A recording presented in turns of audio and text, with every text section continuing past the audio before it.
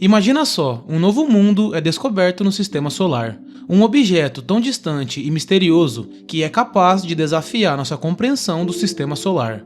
Foi exatamente isso que aconteceu em 2004, quando uma equipe de astrônomos anunciou a descoberta de Sedna. Naquele momento, parecia que estávamos diante de um possível 10º planeta. Mas, como a ciência adora surpresas, essa descoberta era apenas o prelúdio para algo ainda mais intrigante. Pouco mais de um ano depois, um novo e enigmático corpo celeste entrou em cena, maior e mais massivo do que os astrônomos poderiam imaginar, desafiando mais uma vez a compreensão e mudando para sempre nossa visão do sistema solar. Seu nome, Eris. Eu sou o TH, e antes de visitarmos o irmão menos famoso de Plutão, peço que se inscreva no canal e ative o sininho para receber todas as notificações. Não esqueça também de clicar no gostei e deixar nos comentários sua opinião e sugestão de próximos vídeos.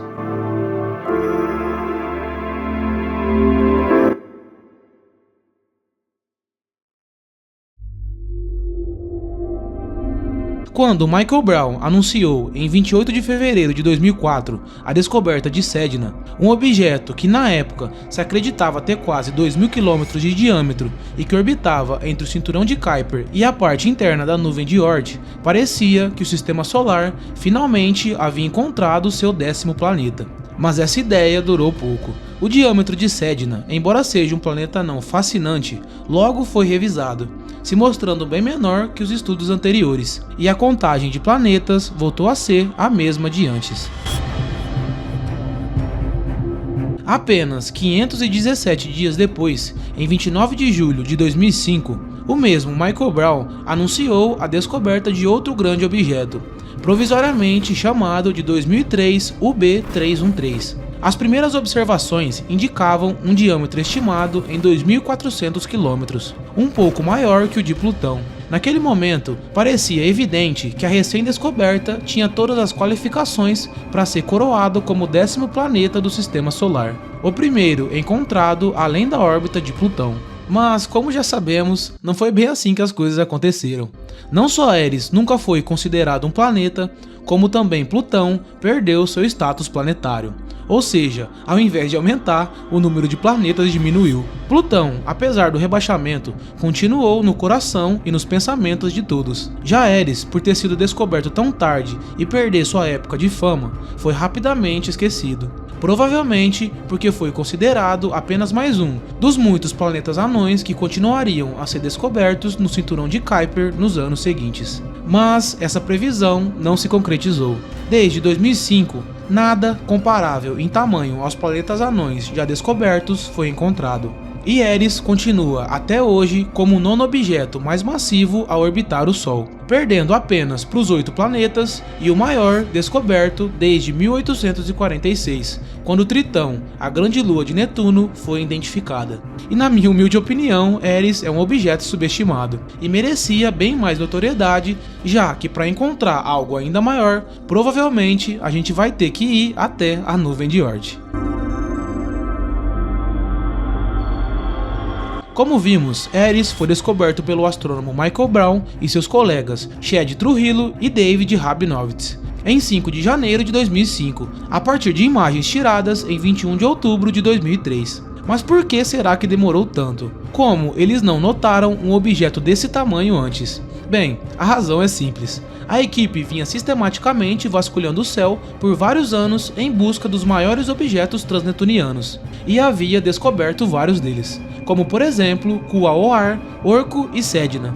Para ajudar a varrer o céu, eles usavam, para a época, um sofisticado software que buscava e analisava todas as imagens capturadas. Isso acelerou drasticamente o processo de descoberta de objetos e permitiu que cobrissem uma região maior do céu. No entanto, a equipe configurou o software para excluir todos os objetos que se moviam no céu a uma velocidade angular maior que 1,5 segundos de arco por hora, já que era uma velocidade incompatível com a distância presumida desses objetos.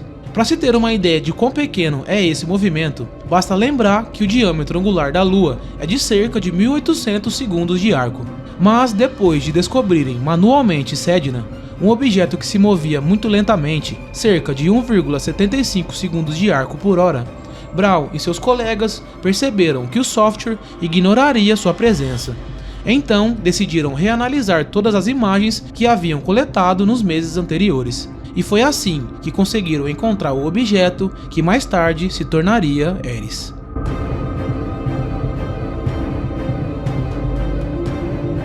A descoberta foi anunciada em 29 de julho de 2005, no mesmo dia da descoberta de Makemake, e apenas 2 dias após a de Haumea. Observações adicionais foram feitas para determinar a órbita preliminar de Eris.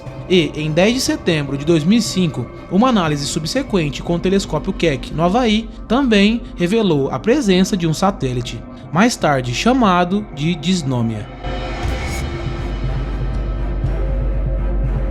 Dysnomia tem cerca de 700 km de diâmetro, o que a torna a segunda maior lua de um planeta anão, depois de Caronte, a lua de Plutão, com 1.212 km. Dysnomia completa uma órbita ao redor de Eris em quase 16 dias, a uma distância de 37.000 km. Naquele momento, Braun tinha em mãos um objeto de diâmetro considerável, acompanhado até por uma grande lua. Parecia que nada poderia impedir Eris de finalmente reivindicar o título de 10º planeta do Sistema Solar. Mas, ao invés disso, toda a confusão começou. E sua descoberta, juntamente com a de Makemake, basicamente marcou o começo do fim para o status planetário de Plutão.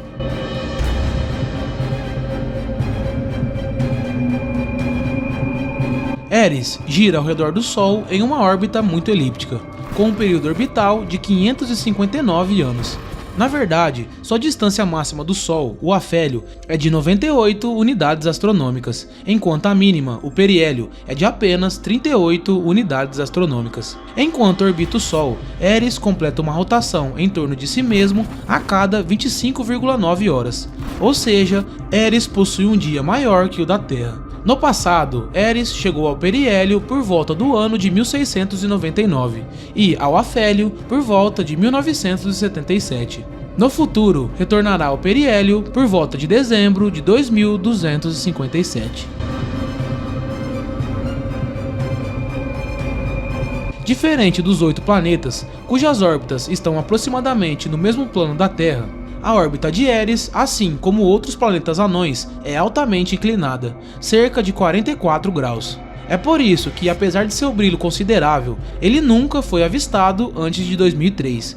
Afinal, as buscas por grandes objetos do Sistema Solar exterior tendem a se concentrar no plano da eclíptica, onde a maioria dos corpos celestes se encontra. Desde sua descoberta, o diâmetro de Eris foi gradualmente refinado e reduzido. Em 2003, considerando imagens do telescópio espacial Hubble, o diâmetro de Eris foi estimado em 2.397 km.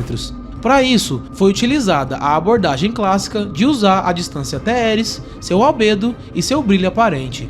O albedo, além de seu nome esquisito, também é uma medida usada na astronomia para medir a luz do Sol que é refletida pela superfície de um corpo celeste.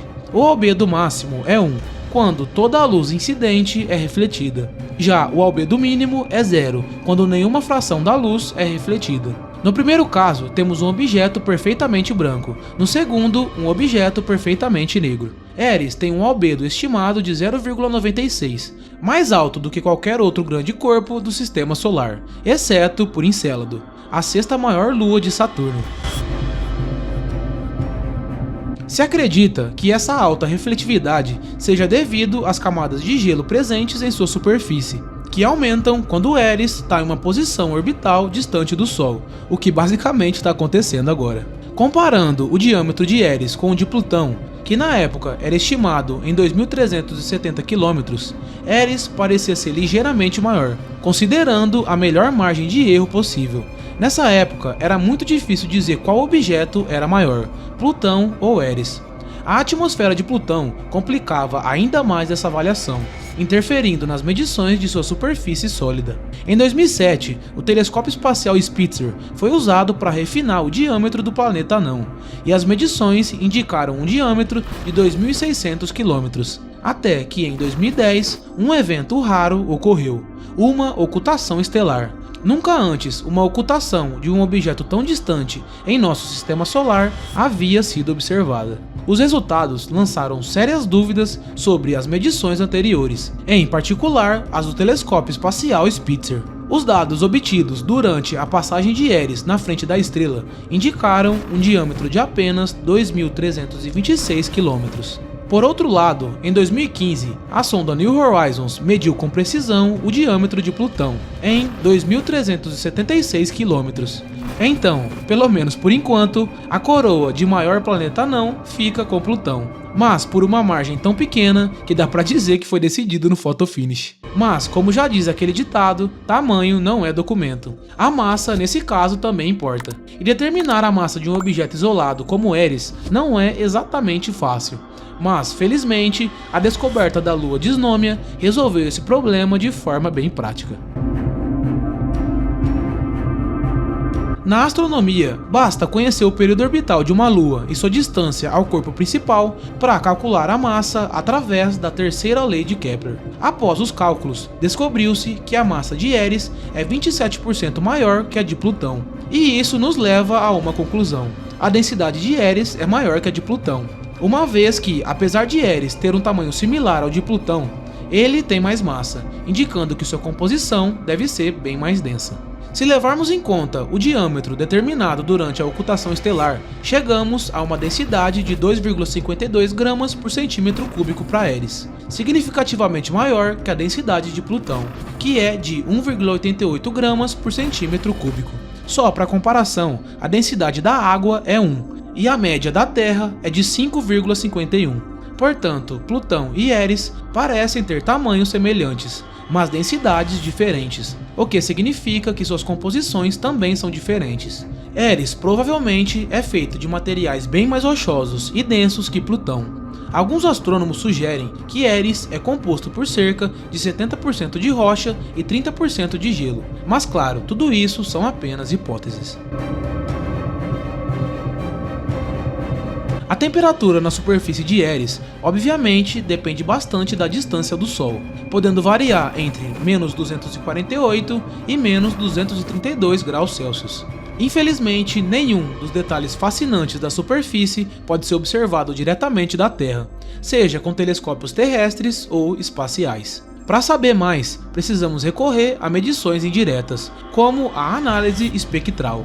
E foi justamente isso que aconteceu em 25 de janeiro de 2005, quando foram obtidos espectros de Eris no telescópio Gemini, no Havaí, e a análise do espectro infravermelho revelou a presença de metano na superfície do planeta anão. Análises complementares também indicaram grandes quantidades de monóxido de carbono e nitrogênio. Isso é bem parecido com o que encontramos em Plutão.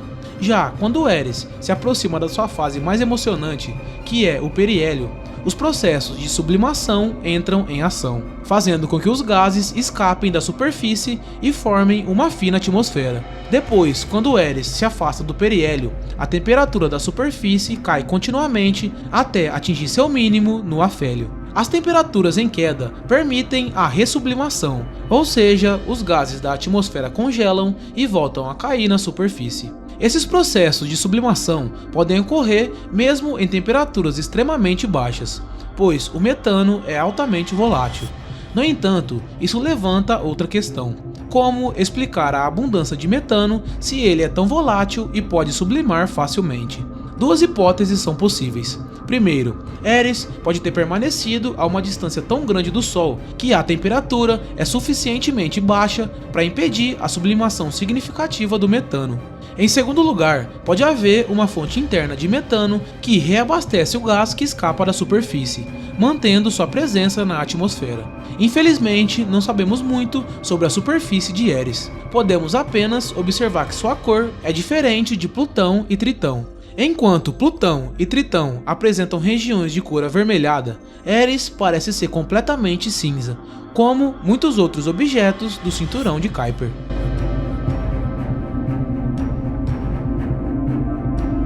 E quanto ao futuro? Bem, A extrema distância de Eris, que é o maior objeto que ainda não foi visitado por uma espaçonave, combinada com o seu tamanho pequeno, torna difícil observar o planeta anão sem telescópios poderosos e tecnologia avançada. No que diz respeito à exploração por sondas, na década passada houve vários estudos para missões que explorassem o cinturão de Kuiper, e Eris foi considerado como candidato. Foi calculado que uma missão de sobrevoo para Eris levaria 25 anos, usando, como sempre, uma assistência gravitacional de Júpiter. Com base em datas de lançamento de 3 de abril de 2032 ou 7 de abril de 2044, Eris estaria entre 92 ou 90 unidades astronômicas do Sol, mas por enquanto isso está apenas no papel, já que a distância, como a maioria das vezes, é o maior vilão da exploração espacial. Portanto, Eris ainda é um sonho distante para nós, e provavelmente continuará sendo por muitos e muitos anos.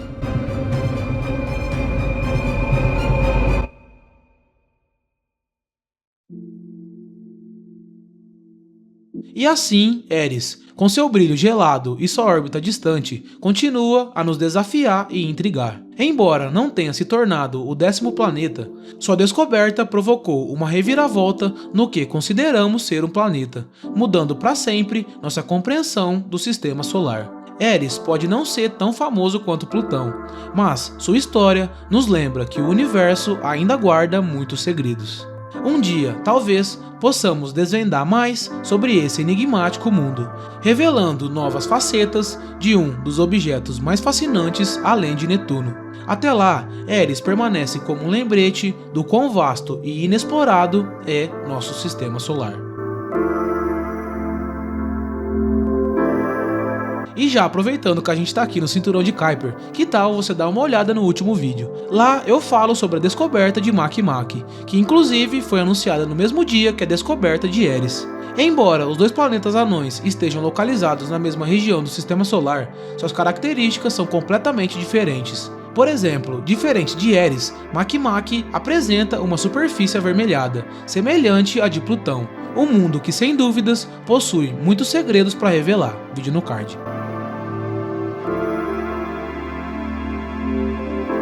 Muito obrigado pela audiência. Se você gostou do conteúdo e quiser dar uma força pro canal, é só clicar no gostei e se inscrever. Sua ajuda é muito importante. Até o próximo vídeo. Fui!